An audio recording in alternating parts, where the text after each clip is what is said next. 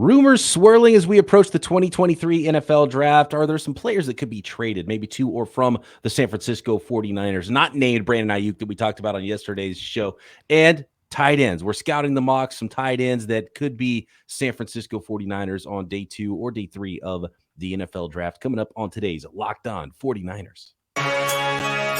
You are Locked On 49ers, your daily San Francisco 49ers podcast, part of the Locked On Podcast Network, your team every day.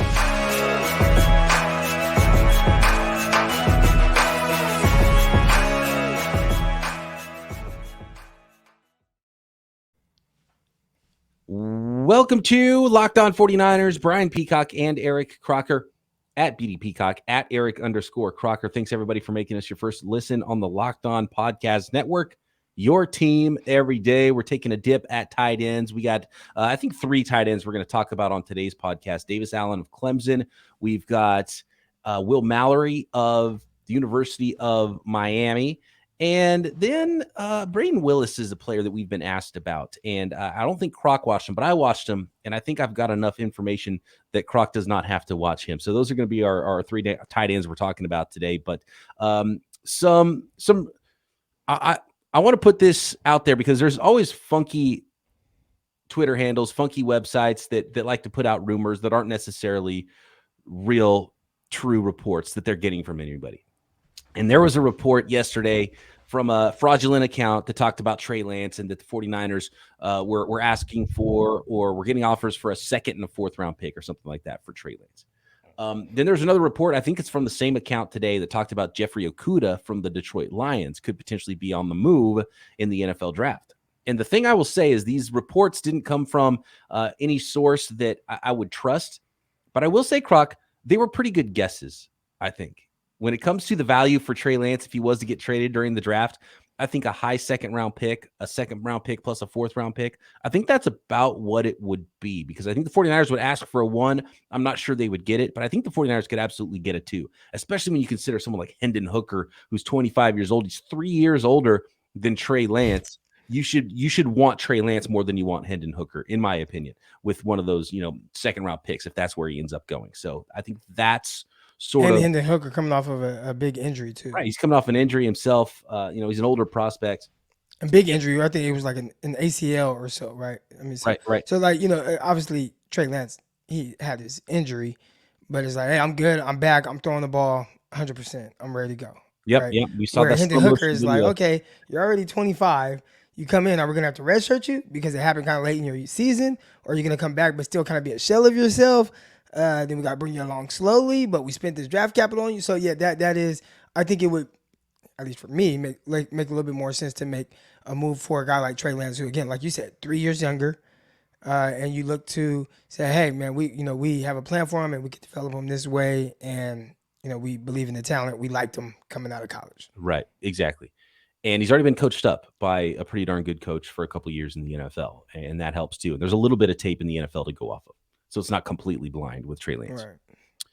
Right. So that being said, don't believe what you hear from these fraudulent accounts, but good guess. I think that's about right. And the 49ers have made it clear that they're going to listen to offers for their guys, and we'll see if they get the offer that they need to move off of some of their guys. And I absolutely think that Trey Lance could be someone that could go, but I don't think they're shopping and desperately trying to get rid of Trey Lance either. And we talked about how Brandon Ayuk, I think it's very unlikely Brandon Ayuk gets traded, but it was very unlikely that DeForest Buckner got traded. And the 49ers are going to do what they think is best for the organization. If a team comes with value that they believe is more than the player and under the right circumstance, and they don't think they're going to sign the player, then you got to listen to those offers. And maybe a team will come with some offers that they could get Brandon Ayuk. They could get Trey Lance. And I think maybe even the most likely player to be traded, Croc, from the San Francisco 49ers during the draft or before the draft or after the draft is another 2020 first-round pick, and that is Javon Kinlaw. And we had talked about the 5th-year options and how it was a no-brainer pick up Brandon Ayuk's 5th-year option and probably a no-brainer don't pick up Javon Kinlaw's 5th-year option. And those decisions have to be made after the draft, I think, in May. And when you look around the league, other teams that have first-round picks that they're not going to pick up the fifth-year option, that's a pretty telling sign that they would be willing to trade those players. And Jeffrey Okudah is absolutely one of those players for the Detroit Lions. So while this account isn't something that, is a trustworthy account that's reporting these things and getting a lot of people to talk about them, getting a lot of play on Twitter, they're pretty good guesses. And I asked actually the Twitterverse after we had talked about that show, after those fifth-year options, what about Javon Kinlaw for Jeffrey Okudah? Who says no, right? The Niners signed a DT. The Lions have signed a bunch of corners and might go into the draft and get a corner with pick 6 or pick 18 in the first round. Emmanuel Mosley. Yeah, they signed Emmanuel Mosley. So I think that's actually a pretty good match there. But as it pertains to Okudah, what do you think? If the 49ers could get Jeffrey Okudah, they'll be looking for a corner, I think, in this draft. Do you think Okudah would be a nice fit? What went wrong? He was such a high draft pick. And I think we both liked him before the draft. What went wrong in Detroit? So, again, and you have to kind of preface this with, where you had a guy, his evaluation coming out of college, and then there's a totally different evaluation in the NFL. All right, so we know that things change. Guys, maybe they're just not good. Now, when he was drafted, I said it then, I did not think he was worthy of a top 3 or a top 5 pick or even a top 10, maybe borderline top 10. But I didn't see just that, oh, man, this is a guy you take at number 3, right? Where, a lot of times that's for the guys who big body or even smaller frame, but like elite athleticism, elite cover 1 skills. And I didn't think that quite fit what his skill set was. So let's talk about his skill set and how I think it kind of fits with the 49ers. Real quick, Croc, before you get to that part of it, just kind of comparing him to other draft prospects. I remember you really liked Patrick Surtain, and I think you liked even more JC Horn. Horn, right? In the next draft, the 2021 draft. And so Surtain and Horn, they were in the same class. Surtain and Horn, right? Yeah, but there was actually a guy I liked more than Surtain, who obviously Surtain, you see, he was first team All Pro. But right. I really like JC Horn, and I think JC Horn had a great year this past season, but just didn't get he didn't get quite the notoriety of Surtain for whatever reason. He's a year behind because he had the injury his rookie year. Yeah, so he needs to have a good year first, and then the next year he has a good year. Then you start getting all the accolades. Yeah, statistically, I mean, like in the sense of like coverage grades, things like that. He was awesome. But the other guy I really liked both of them more than Okudah, right? Coming out. Oh, yeah, like both of them more than Okudah.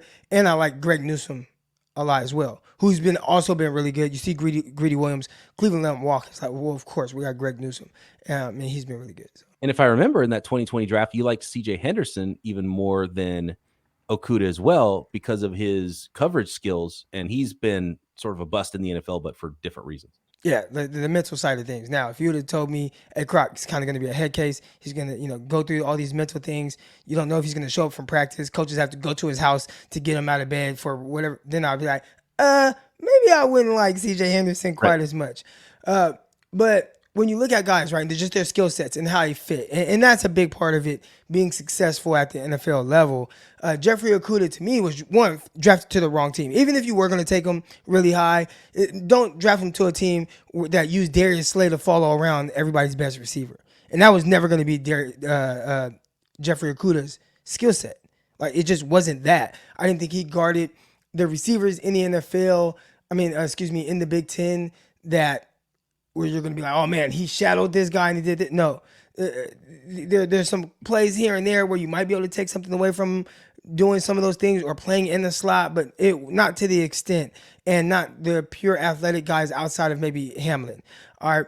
But watching him, he did excel at something, and I noted it then. I think he would still be good at it in the NFL if put in this position. He was a tremendous, quarters, reading concepts from a press bail.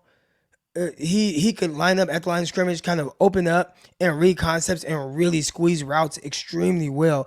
And his anticipation play from there was amazing. Again, are you going to ask him to do what the 49ers did with Travarius Ward and say, all right, hey, this is a big receiver. You go wherever he goes and you guard him man to man. I don't think that was quite his strength. He could do it. That wasn't his strength as to why you would draft him really high.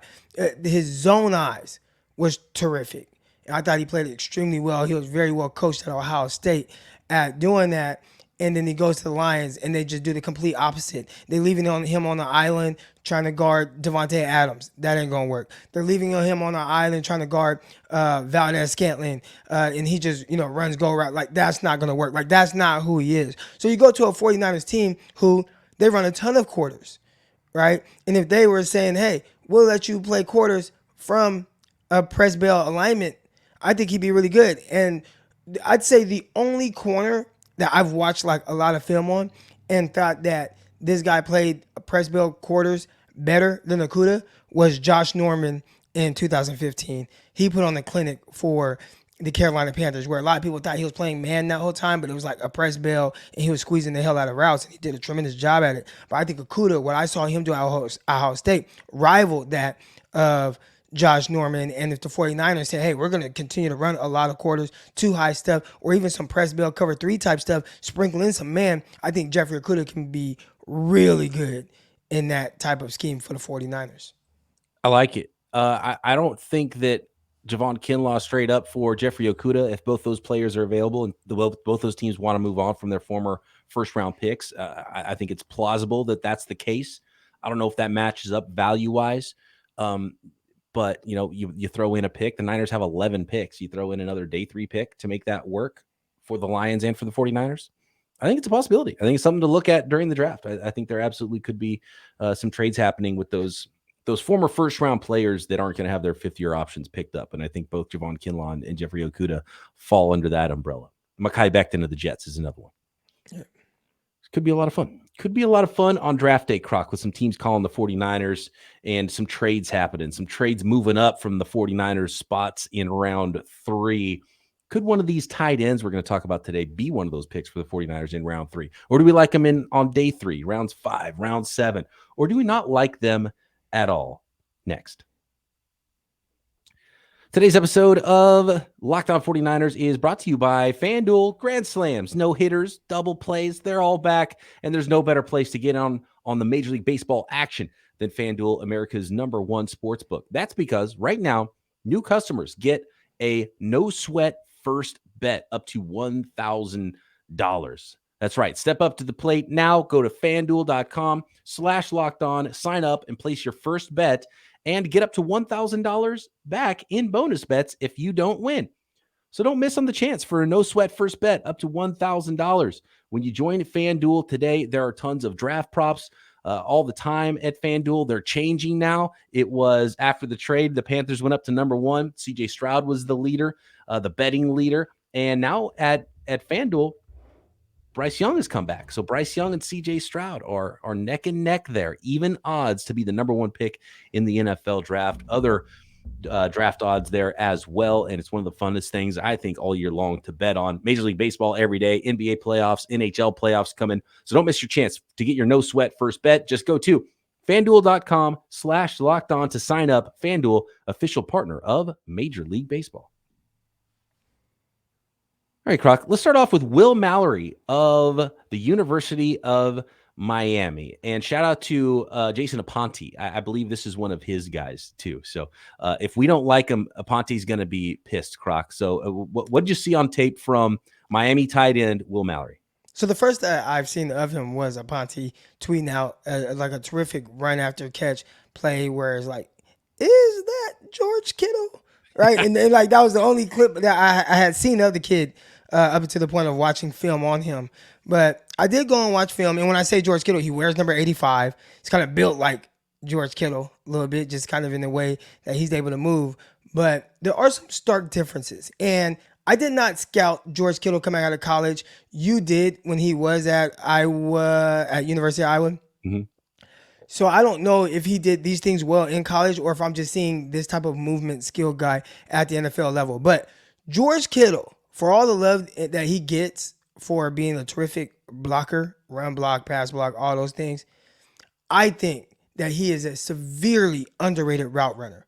He is extremely fluid. He understands how to work guys at the top of routes. He really knows how to get himself open. He understands leverage and how to attack certain things with angles. Like he does, it's so underrated because a lot of people, when you do one thing very well, they want to say like that's what you are, right? Like Travis Kelce, everybody likes Trey. Oh, he's not a good blocker. Like yes, he is, he is. But he's so good at being a pass catcher that it's like, oh no, he's not good. He lacks at this part.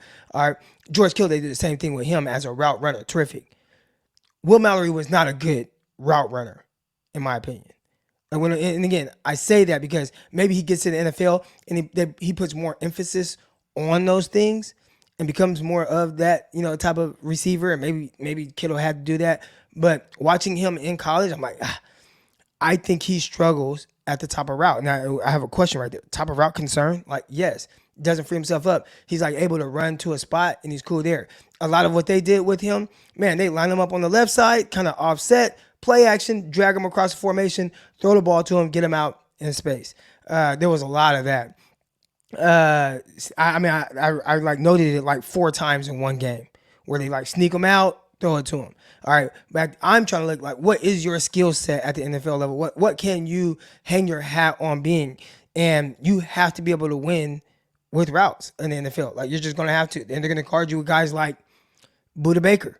All right, are you gonna be able to free yourself up with Budda Baker? And if not, are you gonna be a great contested catch guy? Well, I didn't see him be in the games that I watched 3 games. I didn't see a terrific contested catch guy. I thought he had opportunities and it was tight coverage, so the ball got knocked away or whatever, and then you could chalk it up to just being tight coverage. But I want to see you at least make one of those plays to where I know if you're not going to create massive separation, you can be a guy that still can catch the ball even when guys are draped all over you. And I didn't quite see that. So terrific blocker. I thought he was a very willing blocker. I thought his it's a leave in to pass protect. He did good there, but then I noted got knocked on his butt. And it's like, okay, well, how is his anchor? So there still are questions in that department. If you're not going to be able to free yourself up or run away from guys, right? Because we're looking at these tight ends coming in the NFL. Kyle Pitts, remember Ingram coming out. Like these are guys that, all right, maybe I'm not a great blocker, but I am a dominant pass catcher. And I'm not sure exactly what he can hang his hat on yet. I think I agree with everything you said there. I think as it pertains to George Kittle, no, he wasn't an amazing route runner in college. He was very raw. They hardly threw the ball to him. But you could see the traits, and that's what I loved about George Kittle. You could see the toughness. You could see him run after the catch. You could see him be competitive, and you saw the speed. And he had some explosiveness to him for being a 240, 250-pound tight end. And then there was the blocking part, which it was obvious he was really good at. And so when you saw his athleticism and you saw how good of a blocker he was, it was like, oh, this guy, you got to get him.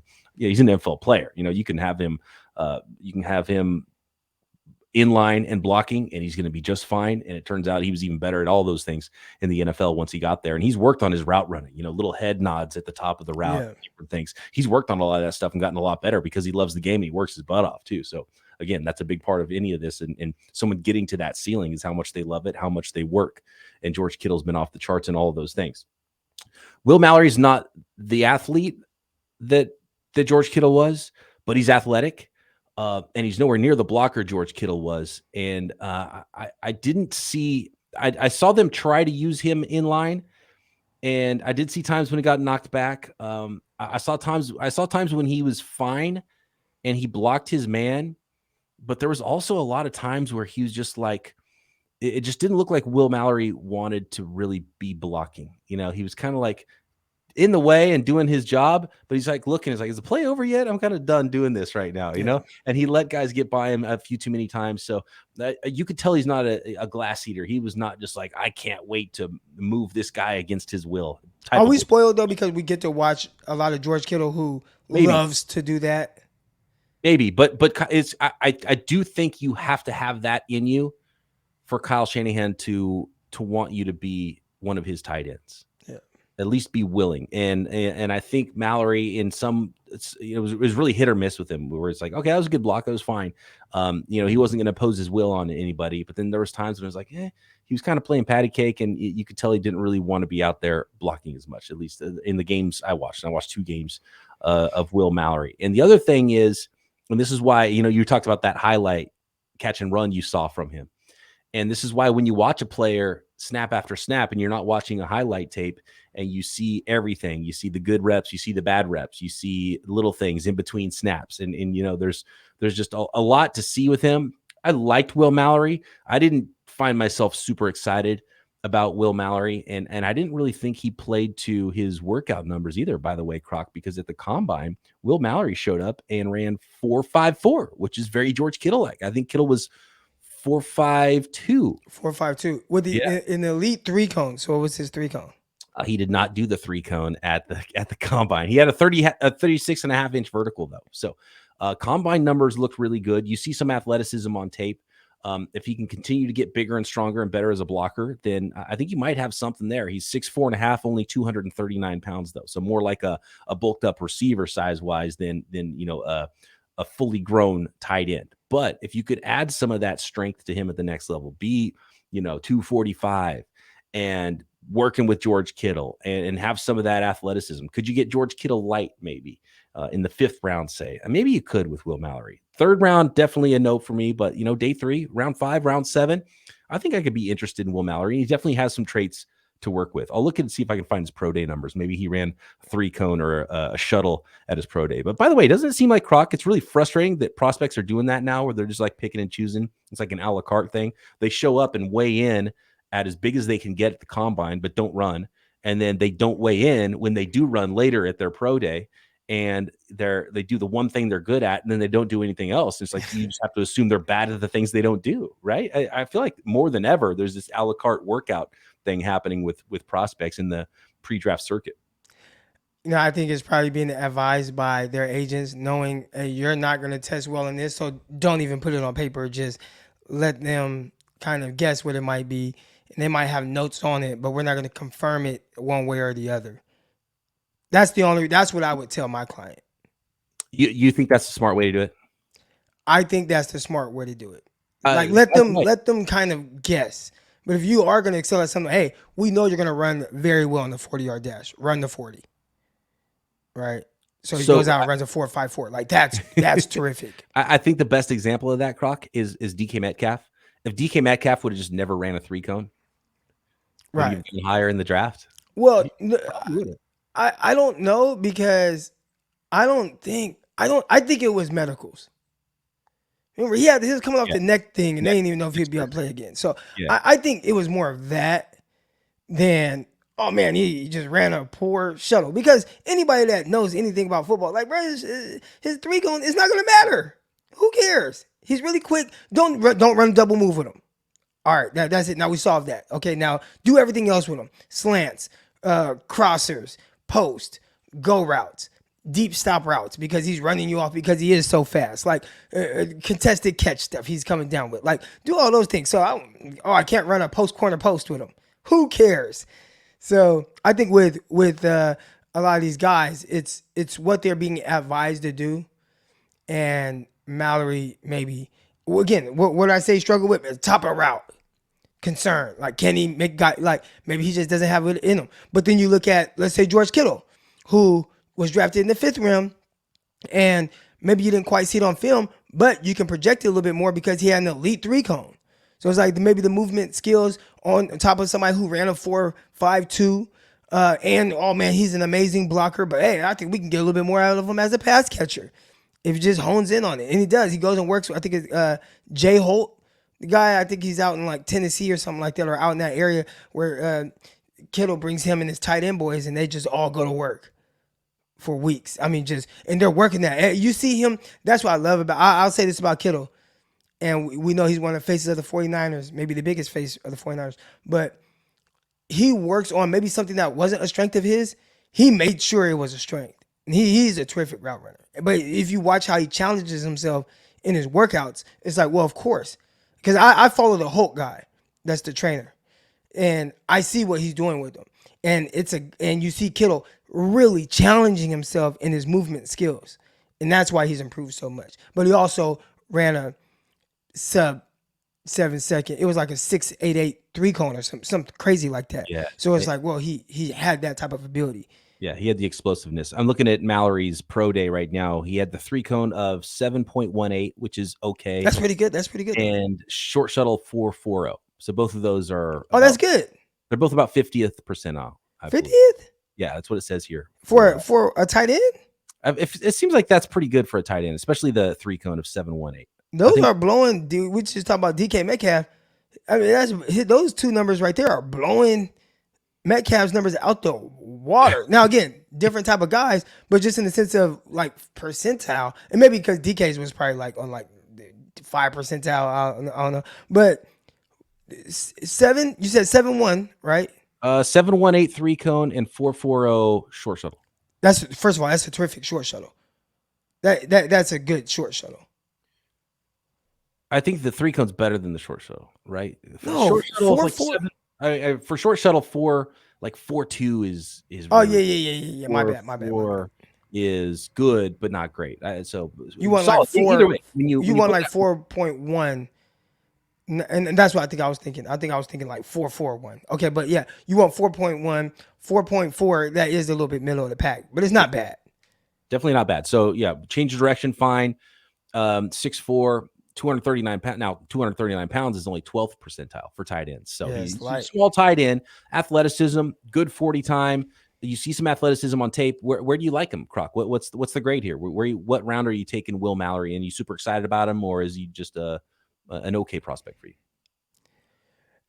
I think that he's an okay prospect, which is what you're probably gonna get from these guys late. Probably from 99 too. Right. Like, the issue I have is, even if I'm gonna take you late, I want to know what I can hang my hat on. Like, what can you hang your hat on being? Like, do I know at the very least I know I'm getting this? And that's the one thing, because he was like a detached receiver a lot, almost like a big slot a lot in their offense. But then they would attach him and they would have him as an offset guy, and he'd come through and he'd block. He just wasn't a physically imposing guy. And like you said, I think Kyle's gonna want that. So for Kyle, I mean, shoot, you're able to get George Kittle in the 5th round. I'm not saying you're gonna strike gold, but I'm just saying like the ability Kittle had. If you want just a guy that can make your roster with who the 49ers have right now, I'd say that 5th round range would be kind of the sweet spot for him. Now he might go higher.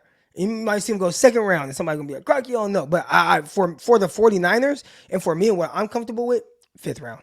Yeah, and look, if someone drafts him before the 49ers pick in the 5th round, I'm not gonna be super hurt by that either. Right. And who knows, he might still be there in the 7th round. Next, a couple more names: Braden Willis, tight end from Oklahoma, and Davis Allen, a tall tight end from Clemson, to finish up this episode of Locked On 49ers.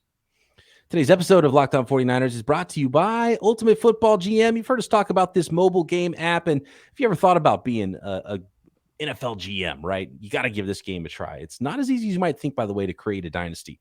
When you play Ultimate Football GM, you get control of every managerial aspect of building a team, every strategic way you can build through the draft, through free agency, try to play through seasons and lead your team to glory, try to build that historic franchise.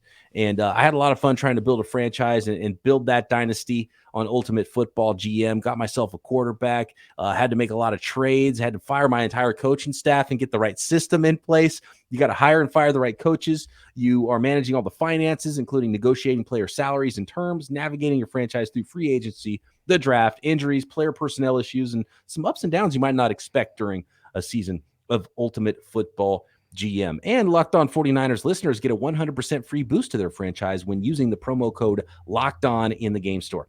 That's Locked On, all caps. So make sure you check it out today. Download the game. Just visit ultimate-gm.com or look it up on the app stores. That's ultimate-gm.com. Ultimate Football GM. Start your dynasty today.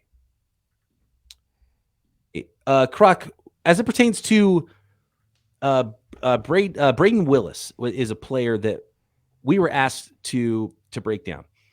And I just got to say, 7th round, undrafted free agent.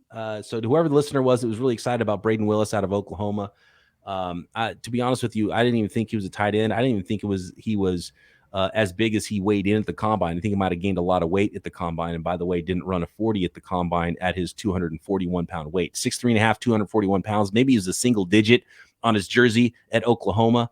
But I saw a guy that wasn't really involved in the blocking game.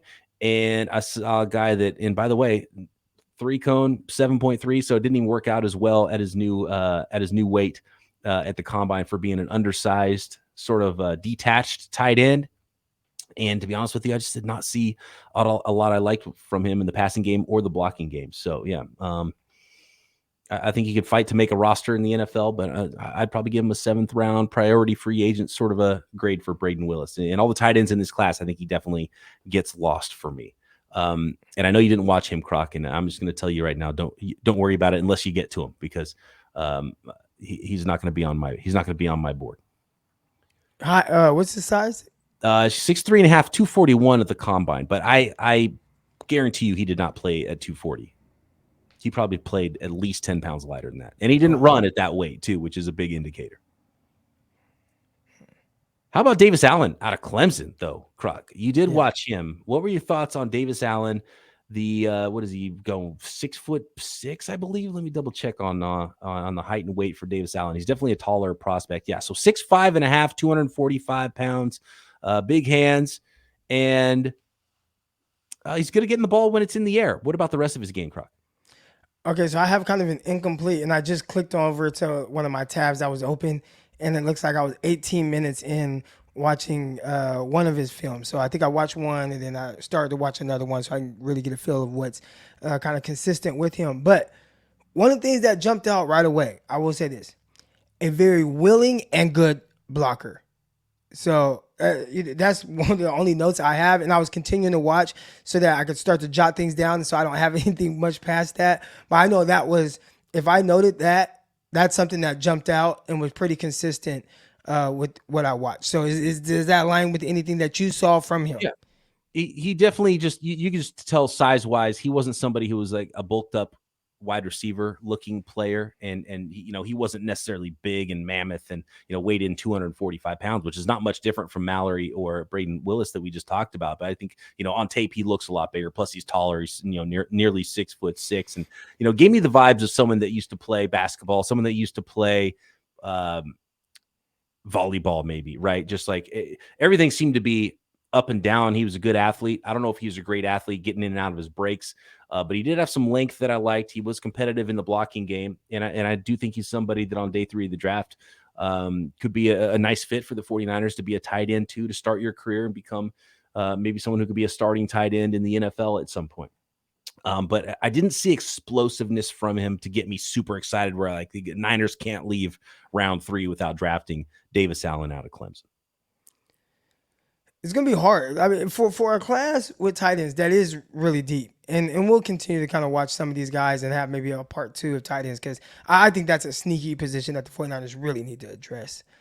But these guys, it's been kind of hard to be like, oh, yeah, I can hitch my wagon to him. Now, Aponte swears by Mallory. So is he a Miami fan or something? Is that where that comes from? I don't think so. Aponte's from like New Jersey. I don't think he's but he likes the 49ers too. He's one of those guys who's all over the place. He likes it. He likes the Yankees. Yeah. We actually got to get him on. We should have a round table, and he can make his case for Will Mallory. Yeah. So Davis Allen out of Clemson, nearly 6'6", 245 pounds. He ran a 4.84 40-yard dash at the combine and had a 38.5-inch vertical. And you can see the vertical on tape. That's where he really shines, is when he's wait, what was the 40? 40 was 4.84. But then 38-inch vertical leap? Yep. So that's what I'm saying. He's a basketball guy. And that's what you want in a tight end, right? If you can body up and box out at the catch point, which he can go up. He's got athleticism. I don't know anything about his background. He had to play either basketball or volleyball because that's how he's built. And that's kind of how he plays football, with that same sort of a vibe. He can go up and pull down rebounds, and he's got the height to do it. He's got the athleticism to do it. He's got the vertical leap to do it. And if the 49ers want to get better in the red zone, maybe Davis Allen is their guy, and he could probably get better in some of the other aspects of his game, but he's never going to be a supreme athlete as far as just running routes and getting open, because he doesn't have the sort of quick twitch and explosive short area movements or really long speed, but he can get up and dunk. And did he have a 3-cone on him? I do not. He did not run his 3-cone either at the combine, but I can try to see if I can find it. Being tall like that, I can understand why. A lot of times, the taller you are, the more you're typically your change of direction tends to be a little bit poor. I did see someone cheat it. And when I say cheated, with the 3-cone and the with the 5-10-5, the L drill, if you truly dive into just the steps of it, you can kind of cheat it. And you don't have to be this naturally quick person if you understand your steps and you're just very efficient with that. So like Denzel Mims a few years back, I thought he was as stiff as some bread that you left out for 5 days. I mean, just stiff as hell. Matter of fact, I would watch his Senior Bowl stuff, and they had like kind of the back view where it's right behind the prospect. And I remember him like releasing off the line of scrimmage and his knees not even move. It was like his knees didn't even bend. It was almost like a deer where it's like just really straight legs, and I'm just like, gosh, this guy is stiff. Like people talk about DK. No, Denzel Mims, like stiff. Knees didn't even move, like hips, but somehow he had an amazing 3-cone. So you could still kind of cheat it, but typically guys that are taller, you're just going to suffer a little bit. Even if you are kind of fluid, it's just going to take you a little bit longer to get in and out of it. So maybe, that's me giving him the benefit of the doubt. That's what kind of was going on with him. That's where watching the drills really helps too, because you actually see how a guy moves rather than just like, here's a number, so he's super quick. It's like, no, let's watch how he moves, and you get a better idea. And most of the stuff shows up on tape.